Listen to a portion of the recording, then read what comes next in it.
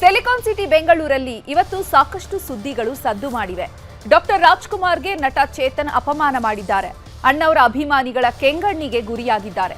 ವಿವಾದದ ಕಿಡಿ ಹೊತ್ತಿಕೊಳ್ತಿದ್ದಂತೆ ಕ್ಷಮೆ ಯಾಚಿಸಿದ್ದಾರೆ. ಇತ್ತ ಬಿಎಂಟಿಸಿ ಬಸ್ ಹರಿದು ಇಂಜಿನಿಯರಿಂಗ್ ಓದ್ತಾ ಇದ್ದ ವಿದ್ಯಾರ್ಥಿನಿ ಸ್ಥಳದಲ್ಲೇ ಛಿದ್ರವಾಗಿದ್ದಾಳೆ. ಮತ್ತೊಂದೆಡೆ ಡ್ರೈವ್ ಮಾಡ್ತಾ ಇದ್ದಾಗಲೇ ಬಸ್ ಡ್ರೈವರ್ ಹೃದಯಾಘಾತಕ್ಕೆ ಬಲಿಯಾಗಿದ್ದಾರೆ. ಇನ್ನು ಕೊಳಚೆ ನೀರು ಸರಬರಾಜಿಗೆ ಕಂಗಾಲಾಗಿದ್ದ ಏರಿಯಾ ಜನರಿಗೆ ನ್ಯೂಸ್ 18 ಮುಕ್ತಿ ಕೊಡಿಸಿದೆ. ನಮ್ಮ ವರದಿ ಬಳಿಕ ಶುದ್ಧ ಕುಡಿಯುವ ನೀರು ಸಪ್ಲೈ ಆಗ್ತಾ ಇದೆ. ಈ ಸುದ್ದಿಗಳ ಮಧ್ಯೆ ರಾಜಧಾನಿ ಬೆಂಗಳೂರಲ್ಲಿ ವಾಟರ್ ಟ್ಯಾಂಕರ್ ಮಾಫಿಯಾ ಸಿಟಿ ಮಂದಿಯನ್ನ ನಿದ್ದೆಗೆಡಿಸಿದೆ. ಈ ಕುರಿತು ನಮ್ಮ ರಿಪೋರ್ಟರ್ಸ್ ಗ್ರೌಂಡ್ ರಿಪೋರ್ಟ್ ಮಾಡಿದ್ದಾರೆ.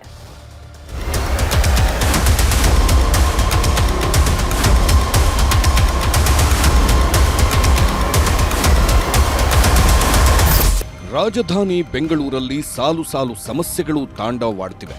ಸರಣಿ ಸಂಕಷ್ಟಗಳ ಸುಳಿಯಲ್ಲಿ ಸಿಲುಕಿದ ಸಿಟಿ ಮಂದಿ ಅಕ್ಷರಶಃ ನಲುಗಿ ಹೋಗಿದ್ದಾರೆ. ನಮ್ಮ ಬೆಂಗಳೂರು ವಿಶೇಷ ಬುಲೆಟಿನ್ ಮೂಲಕ ನಿಮ್ಮ ನ್ಯೂಸ್ 18 ಜನರ ಧ್ವನಿಯಾಗಿ ನಿಂತಿದೆ. ಬಗೆಹರಿಯದ ಸಮಸ್ಯೆಗಳಿಗೆ ಮುಕ್ತಿ ಕೊಡಿಸುತ್ತಿದೆ.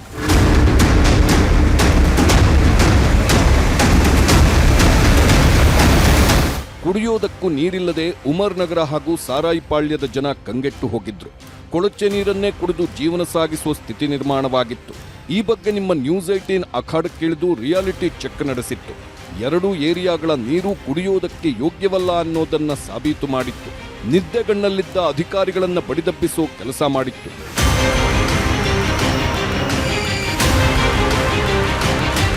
ಯಾವಾಗ ನ್ಯೂಸ್ 18 ನೀರಿನ ಗಂಡಾಂತರದ ರಹಸ್ಯ ಬಯಲು ಮಾಡಿತೋ ಅಧಿಕಾರಿಗಳು ಅಲರ್ಟ್ ಆಗಿದ್ದಾರೆ. ಸ್ಥಳಕ್ಕೆ ಭೇಟಿ ನೀಡಿ ನಿರಂತರವಾಗಿ ಪರಿಶೀಲನೆ ನಡೆಸಿದ್ದಾರೆ. ಅಲ್ಲದೆ ಉಮರ್ ನಗರದ ಜನರಿಗೆ ತಾತ್ಕಾಲಿಕ ನೀರು ಸಪ್ಲೈ ಮಾಡುತ್ತಿದ್ದಾರೆ. ಅತ್ತ ಸಾರಾಯಿಪಾಳ್ಯದಲ್ಲೂ ಪರಿಶೀಲನೆ ನಡೆಸಿ ಕೊಳಚೆ ನೀರಿನ ಸಮಸ್ಯೆಗೆ ಬ್ರೇಕ್ ಹಾಕ್ತಿದ್ದಾರೆ. ಈ ಮೂಲಕ ನ್ಯೂಸ್ 18ಗೆ ಅತಿದೊಡ್ಡ ಜಯ ಸಿಕ್ಕಿದೆ. ನೀರಿಲ್ಲದೆ ಪರದಾಡುತ್ತಿದ್ದ ಜನರಿಗೆ ನಿಟ್ಟುಸಿರು ಬಿಡುವಂತೆ ಮಾಡಿದೆ. ಇದೀಗ ಮತ್ತೊಂದು ಸುದ್ದಿಯನ್ನ ಬೆನ್ನತ್ತಿದೆ ನಮ್ಮ ಬೆಂಗಳೂರು ಟೀಮ್.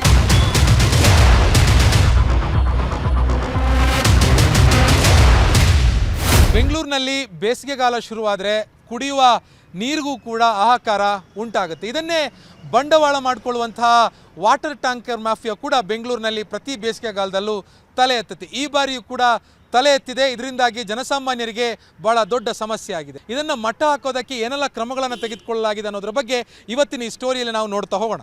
ಬೆಂಗಳೂರಿನಲ್ಲಿ ಬೇಸಿಗೆಗಾಲ ಶುರುವಾದರೆ ಕುಡಿಯುವ ನೀರಿಗೂ ಕೂಡ ಹಾಹಾಕಾರ ಉಂಟಾಗುತ್ತೆ. ಈ ವೇಳೆ ಜನರು ವಾಟರ್ ಟ್ಯಾಂಕರ್ ಮೊರೆಯನ್ನು ಕೂಡ ಹೋಗೋದು ಅನಿವಾರ್ಯ ಆಗಿರುತ್ತೆ. ಸೊ ಇದನ್ನೇ ಬಂಡವಾಳ ಮಾಡಿಕೊಳ್ಳುವಂತಹ ಟ್ಯಾಂಕರ್ ಮಾಲೀಕರು ಬೆಂಗಳೂರಿನಲ್ಲಿ 400ರಿಂದ 500 ರೂಪಾಯಿಗೆ ಒಂದು ವಾಟರ್ ಟ್ಯಾಂಕರ್ ನೀರು ಸಿಕ್ಕಿದ್ರೆ ಹೆಚ್ಚು ಕಮ್ಮಿ 4ರಿಂದ 5,000 ಲೀಟರ್ ನೀರಿಗೆ 1,500ರಿಂದ 3,000ವರೆಗೂ ಕೂಡ ವಾಟರ್ ಟ್ಯಾಂಕರ್ ಮಾಲೀಕರು ಚಾರ್ಜ್ ಮಾಡ್ತಾರೆ. ಆದರೂ ಅದು ಕುಡಿಯೋದಕ್ಕೆ ಯೋಗ್ಯವಲ್ಲದ ನೀರನ್ನೇ ಕೆಲವು ಕಡೆ ಪೂರೈಕೆ ಮಾಡುತ್ತೆ. ಸಮಯಕ್ಕೆ ಸರಿಯಾಗಿ ವಾಟರ್ ಟ್ಯಾಂಕರ್ ಮಾಲೀಕರು ನೀರನ್ನು ತಂದು ಪೂರೈಕೆ ಮಾಡೋದಿಲ್ಲ. ಇದಕ್ಕೆ ಸರ್ಕಾರ ಒಂದು ಕಣ್ಗಾವಲನ್ನು ರೂಪಿಸಬೇಕು.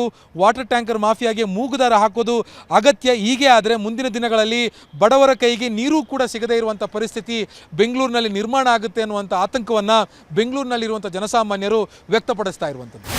ಯಾವಾಗ ನೀರು ಸಿಗ್ತಾ ಇಲ್ವೋ ಅವ್ರುಗಳು ತಲೆ ಎತ್ತುತ್ತಾರೆ. 400 ರೂಪಾಯಿ 500 ರೂಪಾಯಿ ಇತ್ತು, ಇವತ್ತು 1,500 ರೂಪಾಯಿ ಆಗಿದೆ ಒಂದು ವಾಟರ್ ಟ್ಯಾಂಕರ್. ಇವಾಗ ನಮ್ಮ ಈ ಬಿಲ್ಡಿಂಗಲ್ಲಿ ಒಂದು ಚಿಕ್ಕದೊಂದು ಟ್ಯಾಂಕ್ ಇರ್ತೈತೆ, ನಾವು ಕರೆಸ್ತೀವಿ ಅಂತ ತಿಳ್ಕೊಳ್ಳಿ. ಅವ್ರೇನು ನೀವೆಲ್ಲ ಇಟ್ಕೋಬೇಕ್ರಿ, ಮೇಲಕ್ಕೆ ಎಲ್ಲ ಪಂಪ್ ಮಾಡಬೇಕು ಅಂತ ಹೇಳ್ತಾರೆ. ಆಮೇಲೆ ನಾವು ಆ ಮೇಲ್ಗಡೆ ಎಲ್ಲ ಪಂಪ್ ಮಾಡಿ ಇಷ್ಟೊತ್ತಿಗೆ ಎಲ್ಲ ಕ್ಲೋಸ್ ಆಗಿಬಿಟ್ಟಿದೆ. ಅವ್ರದ್ದು ಅರ್ಧ ಟ್ಯಾಂಕ್ ಮಾತ್ರ ನಮಗೆ ಕೊಡ್ತಾರೆ. ಆಟೋಮೆಟಿಕ್ ಮಳೆ ಬಿದ್ದಿದ್ದರೆ ಸ್ವಲ್ಪ ಭೂಮಿ ತಣ್ಣಗಿರೋದು. ಇವಾಗ ಭೂಮಿ ತಣ್ಣಗಿಲ್ಲ, ಬಿಸಿಲು ಜಾಸ್ತಿ ಸತಿ 35, 36, 37 ಡಿಗ್ರಿ ನಡೀತಾ ಇದೆ. ಪ್ರತಿಯೊಬ್ಬ ಮನುಷ್ಯನ್ಕ ತೊಂದರೆನೇ. ಇವಾಗ ಇಲ್ಲಿ ದುಡ್ಡು ಕೊಟ್ರೇ ನೀರು ಬಿಡೋದು, ಆ ಥರ ಆಗ್ಬಿಟ್ಟಿದೆ ಸಮಸ್ಯೆ. ಈಗ ಒಂದೊಂದು ಗಲ್ಲಿಯಲ್ಲೂ ಒಂದೊಂದು ಸಮಸ್ಯೆ ಇದೆ. ಇಲ್ಲಿ ಈ ರೋಡಲ್ಲಿ ಬಂದರೆ ಆ ರೋಡಲ್ಲಿ ಬರೋಲ್ಲ, ಆ ರೋಡಲ್ಲಿ ಬಂದರೆ ಆ ರೋಡಲ್ಲಿ ಬರೋಲ್ಲ, ಆ ಥರ ಸಮಸ್ಯೆ ಇದೆ ಇಲ್ಲಿ. ಹಾಗಾದರೆ ಪ್ರತಿದಿನ ಬೆಂಗಳೂರಿಗೆ ಎಷ್ಟು ನೀರು ಬೇಕು, ಎಷ್ಟು ನೀರಿನ ಲಭ್ಯತೆ ಸದ್ಯಕ್ಕಿದೆ, ಎಷ್ಟು ನೀರಿನ ಅಭಾವ ಇದೆ ಅನ್ನೋದರ ಬಗ್ಗೆ ಶರಣು ಹಂಪಿ ಎಕ್ಸ್ಪ್ಲೈನ್ ಮಾಡ್ತಾರೆ ನೋಡಿ. ಬೇಸಿಗೆ ಶುರುವಾಯಿತು, ಕುಡಿಯೋ ನೀರಿನ ಸಮಸ್ಯೆನೂ ಕೂಡ ರಾಜಧಾನಿ ಬೆಂಗಳೂರಲ್ಲಿ ಮತ್ತೆ ಶುರುವಾಗಿದೆ. ಇದರ ಜೊತೆಗೆ ಕುಡಿಯೋ ನೀರಿನ ತೊಂದರೆನೂ ಕೂಡ ಹೆಚ್ಚಾಗ್ತಾ ಇದೆ. ಹಾಗಾದರೆ ಬೆಂಗಳೂರಲ್ಲಿ ನಿತ್ಯ ಎಷ್ಟು ಕುಡಿಯೋ ನೀರಿನ ಲಭ್ಯತೆ ಇದೆ, ವಾಸ್ತವವಾಗಿ ಕಾವೇರಿಯಿಂದ ಬರ್ತಿರುವಂಥ ನೀರು ಎಷ್ಟು, ಈ ಕುರಿತಾದಂಥ ರಿಪೋರ್ಟ್ ಇಲ್ಲಿ.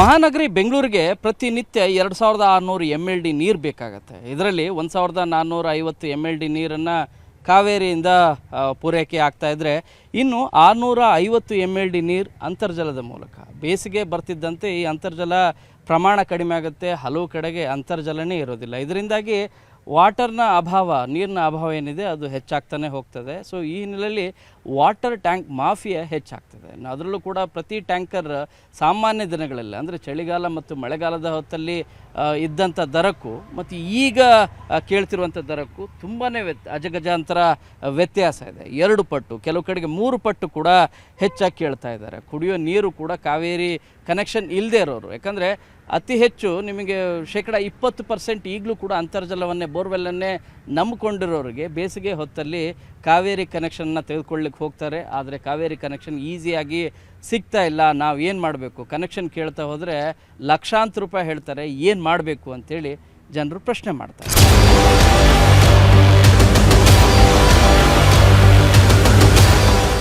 ಬೇಸಿಗೆಯಲ್ಲಿ ಕುಡಿಯೋ ನೀರಿನ ಸಮಸ್ಯೆ ಆಗ್ತಿದೆಯಾ? ಜಲಮಂಡಳಿಗೆ ಕಾವೇರಿಯಿಂದ ನಿತ್ಯ ಪೂರೈಕೆ ಆಗಬೇಕಾದಷ್ಟು ನೀರು ಪೂರೈಕೆ ಆಗ್ತಾ ಇದೆಯಾ? ಈ ಕುರಿತು ಜಲಮಂಡಳಿ ಅಧ್ಯಕ್ಷ ಡಾಕ್ಟರ್ ರಾಮ್ ಪ್ರಸಾದ್ ಮನೋಹರ್ ಏನು ಹೇಳಿದ್ರು ನೀವೇ ನೋಡಿ.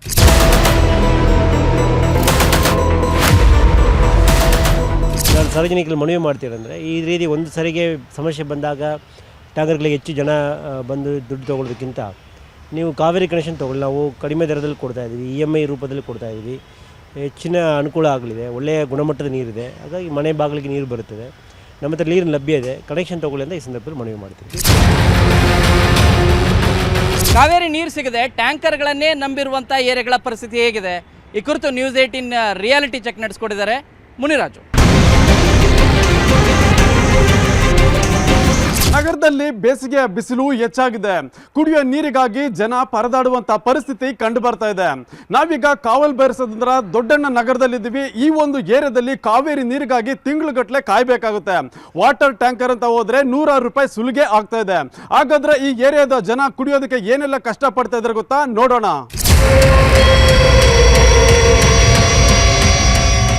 ನಾವೀಗ ಕಾವಲ್ ಬೈರಸಂದ್ರದ ದೊಡ್ಡಣ್ಣ ನಗರದಲ್ಲಿದ್ದೀವಿ. ಈ ಒಂದು ಭಾಗದಲ್ಲಿ ಕುಡಿಯುವ ನೀರಿಗೋಸ್ಕರ ಜನ ಪ್ರತಿನಿತ್ಯ ಪರದಾಡುವಂಥ ಪರಿಸ್ಥಿತಿ ಇಲ್ಲಿ ಕಂಡು ಬರ್ತಾ ಇದೆ. ಕಾವೇರಿ ನೀರು ಬಂದೆ ತಿಂಗಳುಗಟ್ಟಲೆ ಆಗಿದೆ ಅಂತೇಳಿ ಜನ ಒಂದು ಆಕ್ರೋಶವನ್ನು ಕೂಡ ವ್ಯಕ್ತಪಡಿಸ್ತಾ ಇರೋದು. ಕುಡಿಯುವ ನೀರಿಗೋಸ್ಕರ 1 ರಿಂದ 2 ಕಿಲೋಮೀಟರ್ ತನಕ ಕ್ಯಾನನ್ನು ಹಿಡ್ಕೊಂಡು ಹೋಗಬೇಕು ಅಂತೇಳಿ ಜನ ಒಂದು ಬೇಸರವನ್ನು ಕೂಡ ವ್ಯಕ್ತಪಡಿಸ್ತಾ ಇದ್ದಾರೆ. ಮತ್ತು ಈ ಒಂದು ಭಾಗದಲ್ಲಿ ಏನು ಶುದ್ಧ ಕುಡಿಯುವ ನೀರಿನ ಘಟಕ ಕೂಡ ಇಲ್ಲ.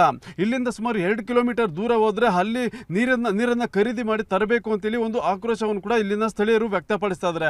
ಮತ್ತೆ ಈ ಒಂದು ಭಾಗದಲ್ಲಿ ಪೈಪ್ ಇದೆ, ಮತ್ತೆ ಎಲ್ಲ ಕಡೆ ಒಂದು ಬೋರ್ವೆಲ್ನ ಸಿಸ್ಟಮ್ ಇದ್ರೂ ಕೂಡ ನೀರು ಬರ್ತಾ ಇಲ್ಲ ಅಂತೇಳಿ ಒಂದು ಆಕ್ರೋಶವನ್ನು ಕೂಡ ವ್ಯಕ್ತಪಡಿಸ್ತಾ ಇದ್ದಾರೆ. ಮತ್ತೆ ಅದೇ ವೇಳೆ ಈ ಒಂದು ಭಾಗದಲ್ಲಿ ವಾಟರ್ ಟ್ಯಾಂಕರ್ ಮುಖಾಂತರವಾಗಿ ನೀರನ್ನು ಸರಬರಾಜು ಮಾಡ್ತಾರೆ.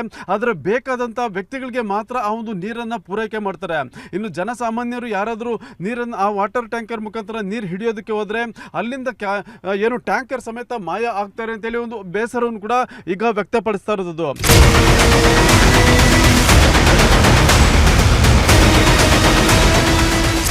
2 ತಿಂಗಳು ನೀರು ಬಿಟ್ಟಿಲ್ಲ. ಹೋದ ವಾರ ಬಿಟ್ಟರು, 3ವರೆಗೆ ಬಿಟ್ಟರು ನೀರು. ಒಂದು ಅವರ್ ಬಿಡ್ತಾರೆ ಅಷ್ಟೇ, ನೀರೇ ಸಿಗಲ್ಲ ನಮಗೆ. ಪ್ರಾಬ್ಲಮ್, ನಮ್ಗೆ ನೀರೇ ಬರಲ್ಲ. ನೀರು ಬಿಟ್ಟಿದ್ರು ಅವ್ರವರು ಮೋಟ್ರ್ ಹಾಕ್ಕೊಂತಾರೆ, ಇದಕ್ಕೆ ಬಿಡ್ತಾರೆ, ಸಂಪಿಗೆ ನೀರು ಸಿಗಲ್ಲ. ಕುಡಿಯೋದಕ್ಕೆ ಅಲ್ಲಿ ಗೌರ್ಮೆಂಟ್ ಸ್ಕೀಮ್ದು 5 ರೂಪಾಯಿ ಕ್ಯಾನ್ ಯೂಸ್ಕೊಳ್ತೀವಿ. ಇಲ್ಲಿ ನಮ್ಮದೇ ಬೋರ್ ಇದೆ ನಮ್ಮ ಏರಿಯಾದಲ್ಲಿ, ಯಾವಾಗಲೂ ಬಿಡ್ತಾರೆ. ಬರೀ ಕಾವೇರಿ ನೀರು ಬರಲ್ಲ, ಯಾವತ್ತಾದರೆ ಒಂದು ದಿವಸ ಬರುತ್ತೆ, ಮಂತ್ಲಿ ಒಂದು.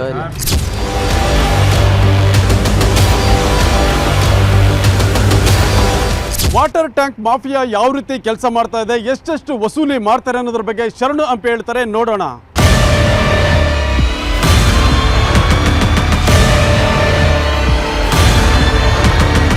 ಬೇಸಿಗೆ ಶುರುವಾಯಿತು ಅಂದರೆ ಸಾಕು, ವಾಟರ್ ಟ್ಯಾಂಕ್ ಮಾಫಿಯಾನೇ ಶುರುವಾಗುತ್ತೆ. ಅದರಲ್ಲೂ ಕೂಡ ರಾಜಧಾನಿ ಬೆಂಗಳೂರಲ್ಲಿ ಯಾವ್ಯಾವ ಏರಿಯಾದಲ್ಲಿ ಎಷ್ಟೆಷ್ಟು ಕೇಳ್ತಾರೆ, ಸರ್ಕಾರ ನಿಗದಿ ಮಾಡಿದ ದರ ಎಷ್ಟು, ಇವ್ರು ಕೇಳ್ತಿರುವಂಥ ದರ ಎಷ್ಟು? ನ್ಯೂಸ್ 18 ರಿಯಾಲಿಟಿ ಚೆಕ್ ಈ ರಿಪೋರ್ಟ್ ನೋಡಿ.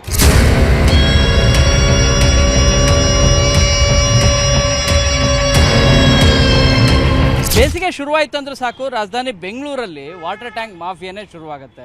ಕಳೆದ ವರ್ಷವಷ್ಟೇ ಇಂತಿಷ್ಟೇ ದರ ತೆಗೆದುಕೊಳ್ಬೇಕು ಅಂತೇಳಿ ಜಿಲ್ಲಾಡಳಿತ ಸೂಚನೆ ಕೊಟ್ಟಿದ್ದರೂ ಕೂಡ, ದರ ನಿಗದಿ ಮಾಡಿದರೂ ಕೂಡ ಇವ್ಯಾವು ಕೂಡ ಡೋಂಟ್ ಕೇರ್. ಈ ಸಂದರ್ಭದಲ್ಲಿ ಮೊದಲು ನಾವು HSR ಲೇಔಟ್ ಏರಿಯಾದಲ್ಲಿ ನಾವು ಕಾಲ್ ಮಾಡಿದಾಗ ವಾಟರ್ ಟ್ಯಾಂಕ್ ಓನರ್ಗೆ ಅವ್ರು ಹೇಳಿದ್ದು, 1,200 ರೂಪಾಯಿ. ಅದು 5,000 ಲೀಟರ್ ಅಂತ ಹೇಳ್ತಾರೆ, ಆದರೆ ವಾಸ್ತವವಾಗಿ 5,000 ಲೀಟ್ರ್ ಕೊಡ್ತಾರೆ ಇಲ್ಲೋ ಗೊತ್ತಿಲ್ಲ. ಚಿಕ್ಕ ವೆಹಿಕಲ್ ಅಂತ ಹೇಳ್ತಾರೆ. ಇನ್ನು ಮೀಡಿಯಮ್ ವೆಹಿಕಲ್ ಆದರೆ 1,500 ರೂಪಾಯಿ ಕೊಡಬೇಕಾಗತ್ತೆ ಅಂಥೇಳಿ. ಇನ್ನು ದೂರ ಏನಾದರೂ ನಿಮ್ಮ ಏರಿಯಾ ದೂರ ಏನಾದರೂ ಇತ್ತು ಅನ್ನೋದಾದರೆ ಅದಕ್ಕೂ ಪ್ಲಸ್ ಆ್ಯಡ್ ಮಾಡಿ ಕೊಡಬೇಕು ಅನ್ನೋದು HSR ಲೇಔಟ್ನ ಪರಿಸ್ಥಿತಿ. ಆದರೆ ಕಲಾಸಿಪಾಳ್ಯ ಏರಿಯಾದಲ್ಲಿರುವಂಥ ವಾಟರ್ ಟ್ಯಾಂಕ್ ಅವರಿಗೆ ಮತ್ತೊಂದು ಫೋನ್ ಮಾಡಿದ್ವಿ. ಅವ್ರು ಫೋನ್ ಮಾಡಿದಾಗ ಹೇಳಿದ್ದು 1,200 ರೂಪಾಯಿ ಅಂತೇಳಿ. HSR ಲೇಔಟಲ್ಲೂ ಕೂಡ 1,200 ಹೇಳ್ತಾರೆ. ಕಲಾಸಿಪಾಳ್ಯದಲ್ಲಿ ಏಕ್ದಮ್ ಒಂದೇ ಒಂದು ರೇಟ್ ರೀತಿ ಫಿಕ್ಸ್ ಮಾಡಿದ್ದಾರೆ, 1,200 ರೂಪಾಯಿ. ಅದಕ್ಕಿಂತ ಕಡಿಮೆನೂ ಇಲ್ಲ, ನೀವು ಜಾಸ್ತಿನೂ ಕೂಡ ಕೊಡೋಕೆ ಹೋಗ್ಬೇಡಿ ಅನ್ನೋ ರೀತಿಯಾದಂಥ ಅರ್ಥದಲ್ಲಿ ಮಾತಾಡಿರೋದು. ಇನ್ನು ಅದೇ KR ಪುರದಲ್ಲಿ ಬೇರೆಯವ್ರನ್ನೂ ಕೂಡ ಮಾತಾಡಿಸಿದ್ವಿ. ಅವರು ಹೇಳಿದ್ದು ಟಿನ್ ಫ್ಯಾಕ್ಟ್ರಿ ಹತ್ತಿರ ಇದ್ದೀವಿ ಅಂತ ಹೇಳಿದಾಗ ಅವ್ರು ಹೇಳಿದ್ದು 1,000 ರೂಪಾಯಿ ಅಂತ ಹೇಳ್ತಾರೆ. ಇನ್ನು ಪೀಣ್ಯ ಏರಿಯಾದಲ್ಲಿ ಇರುವಂಥ ವಾಟರ್ ಟ್ಯಾಂಕರ್ನ ಫೋನ್ ಮಾಡಿದಾಗ ಅವ್ರು ಹೇಳಿದ್ದು 700 ರೂಪಾಯಿ 5 ಕಿಲೋಮೀಟ್ರ್ ಒಳಗಡೆ ಆದರೆ. ಇನ್ನು 5 ಕಿಲೋಮೀಟ್ರ್ ಹೆಚ್ಚಾಯಿತು ಅನ್ನೋದಾದರೆ ನೀವು 100 ರೂಪಾಯಿ ಎಕ್ಸ್ಟ್ರಾ ಕೊಡಬೇಕಾಗತ್ತೆ. ಇನ್ನೂ ಹೆಚ್ಚು ಏನಾದರೂ ದೂರ ಇತ್ತು ಅನ್ನೋದಾದರೆ 200 ರೂಪಾಯಿ ಎಕ್ಸ್ಟ್ರಾ ಕೊಡಬೇಕಾಗತ್ತೆ ಅಂತಲೂ ಕೂಡ ಹೇಳಿದ್ರು. ಇನ್ನು ಕೆಂಗೇರಿ ಏರಿಯಾದಲ್ಲಿ ಯಾವ ರೀತಿ ಪರಿಸ್ಥಿತಿ ಇದೆ ಈ ಕುರಿತು ಕೂಡ ನಾವು ರಿಯಾಲಿಟಿ ಚೆಕ್ ನಡೆಸಿದಾಗ 850 ರೂಪಾಯಿ ಹೇಳ್ತಾರೆ. 3,000, 4,000, 5,000 ಲೀಟರ್ ಇರುವಂತಹ ಇವುಗಳಿಗೆ. ಹೀಗೆ ನ್ಯೂಸ್ 18 ರಿಯಾಲಿಟಿ ಚೆಕ್ಕಲ್ಲಿ ನಗರದ ಹಲವು ಏರಿಯಾಗಳಲ್ಲಿ ಹೇಗಿದೆ ವಾಸ್ತವ ಸ್ಥಿತಿ ಅಂತ ನೋಡಿದಾಗ ಇವ್ರು ಹೇಳಿದ್ದಿಷ್ಟು.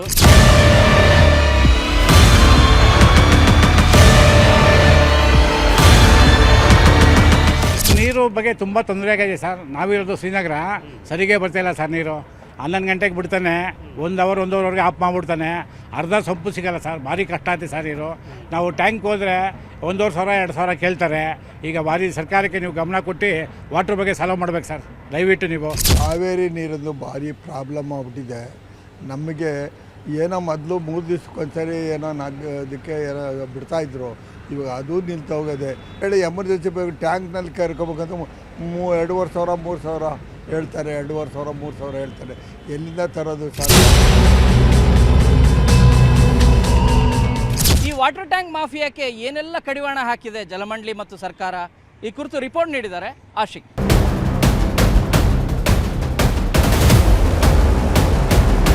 ಕಳೆದ 2 ವರ್ಷಗಳಿಂದ ಬೆಂಗಳೂರಿನ ವಾಟರ್ ಟ್ಯಾಂಕರ್ ಮಾಫಿಯಾಗೆ ಮೂಗುದಾರ ಹಾಕೋದಕ್ಕೆ ಹಲವು ಕ್ರಮಗಳನ್ನು ಜಲಮಂಡಳಿ ತೆಗೆದುಕೊಂಡಿದೆ.